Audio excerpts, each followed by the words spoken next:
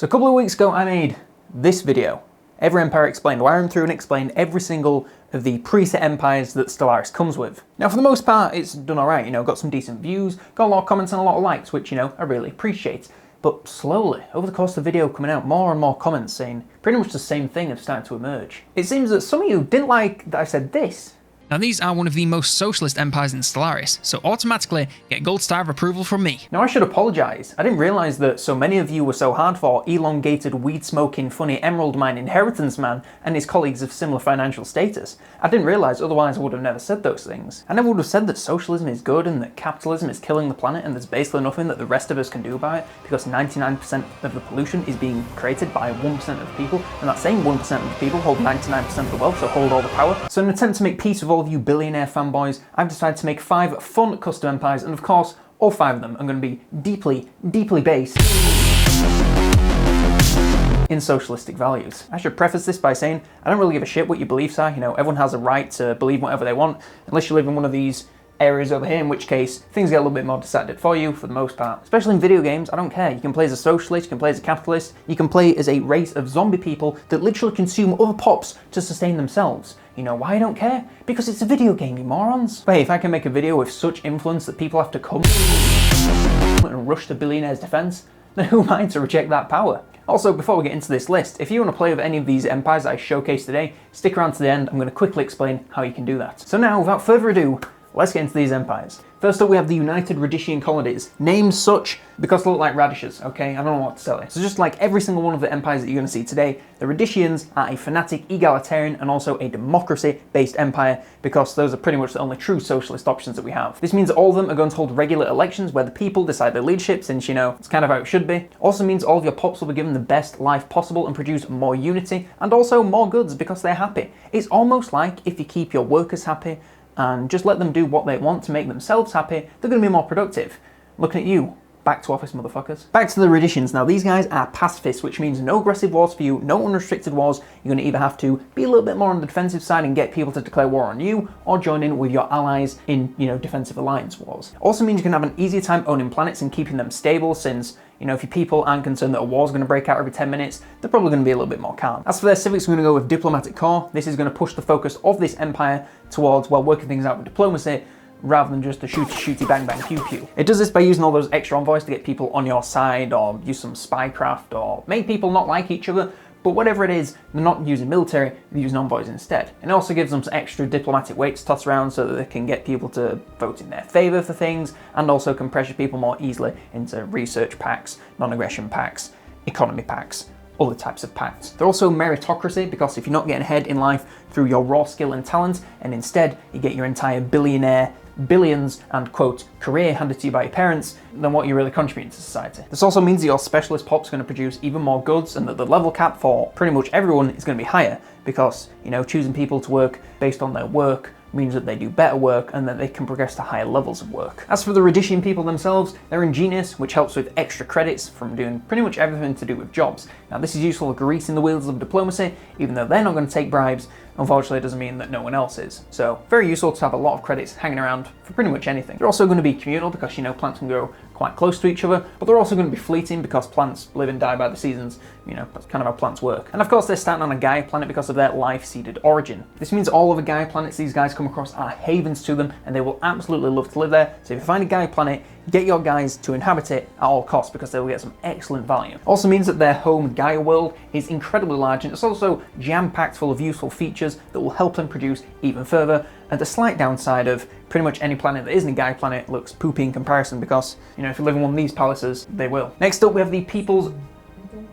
Shut up! Next up we have the People's Commune of Penwings. Now this is of course a reference to my boy Benadryl Cucumber Bitch when he said this. The last thing you might expect to see here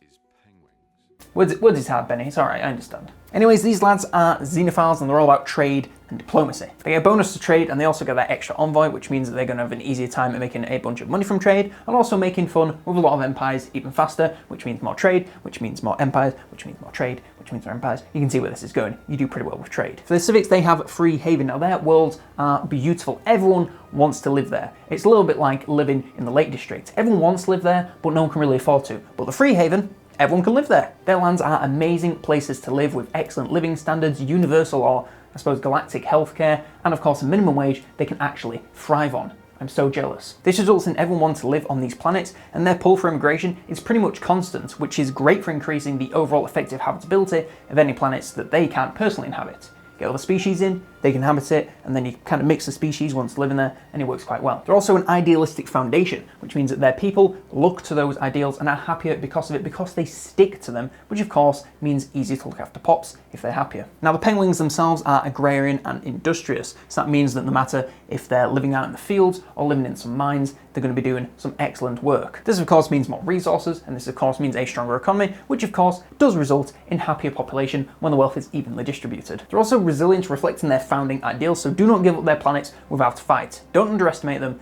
you will regret it. And finally, they are slow breeders and slow learners. You know, with that immigration pull, the general population isn't going to be too bad, but their own species population is going to be a little bit rocky to start off with, so just be a little bit careful of that. And of course, the slow learners means that it will take a little bit longer for all their leaders to get all their skills unlocked, but by the time they do, they'll still be on par with everyone else. They don't have a lower level cap, it's just going to take them a little bit longer to get there. Now, of course, they love an alpine world as it is their home world. Plenty of trees for them to fly around in, and excellent air currents for them to ride around, really live the life of their ancestors, the mighty pigeons. And finally, they have the common ground origin, so start as the leader of a galactic union federation with 2 other empires. Now, this does mean you'll have to look a little bit further for habitable worlds early on in the game, but you'll have friends to trade, and most importantly, keep each other safe in the early game. If someone declares war on one of you, they're going to declare war on all of you, as long as you set up your federation correctly, which you definitely should. Next, we have the Galactic Leafeo Commonwealth. These guys are another pacifist empire, and all they really care about is food and growing their population as much as possible. They believe that no one should ever go without food and dedicate their time to making as much of it as possible to feed the world. In line with this, they have the agrarian idle civic, which means their pops are more happy to live a life out in the rural areas. Like, they prefer to live in farms, even industrious mining towns, rather than giant cities. Cities are nice, so you don't want to build any of those. All farmers also produce amenities, meaning the more farmers you have, the happier planets you're going to have, and the happier planets you're going to have, the higher production you're going to have, so the more food, etc, etc. On top of this, if you have a lot of agricultural districts, you're going to unlock more building slots, which means that your planets just get better and better and better the more food you have. And they also have catalytic processing, and what this means is they can use any extra food that they're not spending on feeding the entire galaxy on creating alloys, which are of course useful for everything else in the Empire, like ships, stations, anything else that uses alloys, megastructures, all these things, you can use food for it, which is brilliant, and it means that you're not going to waste any food, because food waste, don't want to do that, it's terrible. Now, the Leafeo people themselves are of course agrarian to produce even more food, kind of goes without saying. They're also fast breeders to ensure that their population keeps up with the extra food, because you don't want to have a ton of food sat around with no one to eat it. You're going to increase your population to get that food consumed as quickly as possible. They're also a sedentary species, because why would you ever want to leave such a farming paradise to go live anywhere else? It just doesn't make sense. Definitely didn't forget to mention this on the original recording, but they're also slow learners, so they will reach the same level cap as all other leaders. It'll just take them a little bit longer to get there. And they of course live on the continental world because it really is the best for growing all types of crops, so can't change it there. And to keep them safe while they have this peaceful farming life, they start with the Here Be Dragon's origin. This spawns a dragon in their home system, which has been there for millennia to keep them safe from any enemy invaders. But it can sometimes be a little bit hard to live with because it is right next door. So just be careful of that and you should be fine. Fourth, we have the Mulin Blessed Union. Now, these guys are our first spiritualist empire, and their deity is of course the water itself. They believe it will keep them safe and guide them to prosperity as a people, and because of this they gain extra unity and a reduced cost to enact and maintain edicts due to the people's belief in the system. As for their civics, they're of course anglers, because, you know, we're going for an aquatic people here, we kind of need the angler civic. This is going to let them produce a shed load of trade value alongside their food and consumer goods production. So this means they can keep themselves fed and happy, and also make a little bit of coin on the side, because, you know, every empire needs some. This fits perfectly with the Merchants Guild, which are going to help the empire become a trade powerhouse in the galaxy and help them fund their spiritual journeys for the good of the people. So it's alright to collect a lot of money, as long as you distribute it to the people that need it. The Mulin people are of course aquatic, so love all of the wet worlds that you can possibly imagine, but most of all, they love ocean worlds. They get great habitability on any wet world on top of increased production. Sadly, this does mean that non-wet worlds are going to be even less habitable, and they will need more housing to maintain themselves and stay safe and happy. Aside from this, they're of course thrifty, which helps their trade income even more, which means you can rack up astonishing amounts of cash. Now, just because you're making all this coin doesn't mean that you're keeping it for yourself. You better be using it for the betterment of your people, or I swear to the Lord baby Jesus, I'm going to beat that ass. ass. The Muldins are also talented, so by the end of their lives, they reach a very high level of skill, and their leaders can become very, very powerful indeed. And when one of them dies, it is truly a tragedy. And finally, they are non-adaptive because if it isn't a wet world, then they don't really want to know about it. This will mean you'll need to terraform quite a lot of the time to get even remotely habitable planets, but if you throw enough buckets of water at something, it's eventually going to flood and become a water world anyway. They of course start on their ocean world, and that is of course part of the ocean paradise origin. Your people will never be as happy as they are at home. Fucking relatable there. Their improved homeworld has plentiful food, meaning happier pops, quicker growth, and increased output. Any nearby habitable planets will also instead be frozen, so require some work to get them super livable once again. But once they are livable,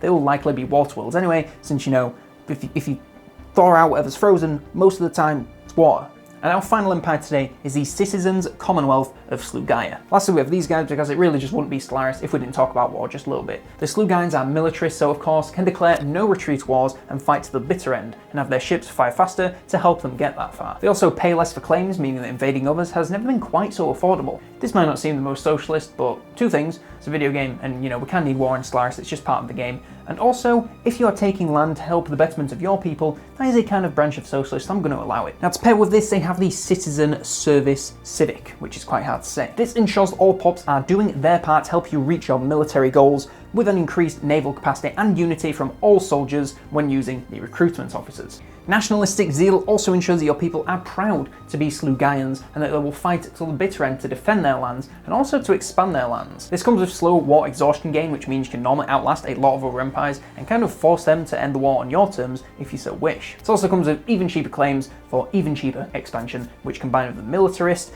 and that, you get really, really cheap claims so you can invade very, very easily. As for the Slug people, they are very strong. This results in them being very tough armies to take out. You can't really defend against them, you can't really attack them because they are so bloody strong, you really need to outnumber them. It just becomes a massive pain in the ass for enemies to even try and declare war on your planets. On top of this, they get excellent improvements to worker resource output. They're also enduring, so all the leaders will last much longer through war and prosperity, provided they don't perish in any militaristic entanglements. And finally, they're slow breeders, so their expansion really doesn't need to be rushed. You only really declare war when you need the space for yourself. Otherwise, you're pretty much free to expand at your own rate and not really rush into things.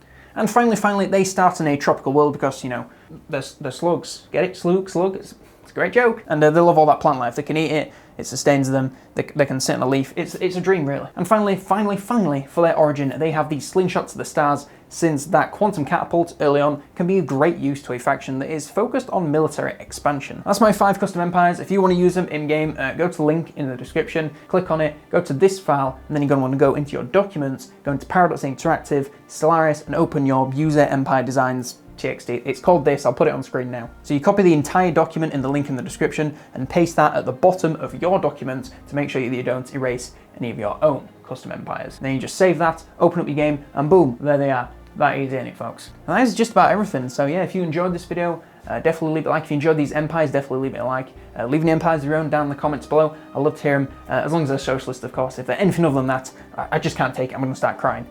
JK, I'm not a capitalist, I don't care. You can post whatever you want, it's a game. If you like this video and you want to see more, definitely be sure to consider subscribing. It really does feed my fragile ego and make me feel so good about myself. And if you want to be a really big penis gamer, consider supporting the channel by becoming a member here on YouTube or a patron on the Patreon, one of those words. Doing so, and then join the Discord, because you can need to join the Discord to get access to any of these things, will get you all sorts of exclusive content. We're talking behind the scenes of upcoming videos. This video was teased there, so you know, you get a little bit of insight quite early into what's coming next, as long as I'm on top of everything, which let's be honest, I never am. You also can get discounts for the merch site, as well as exclusive, powerful voting power of power. Huge thanks to Henry Tuckett in particular for his support at the Officers tier, and a massive thank you to every single one of you supporters. One last thank you for watching, and for now, I've been COLONELDAMNEDERS, and I will see you next turn.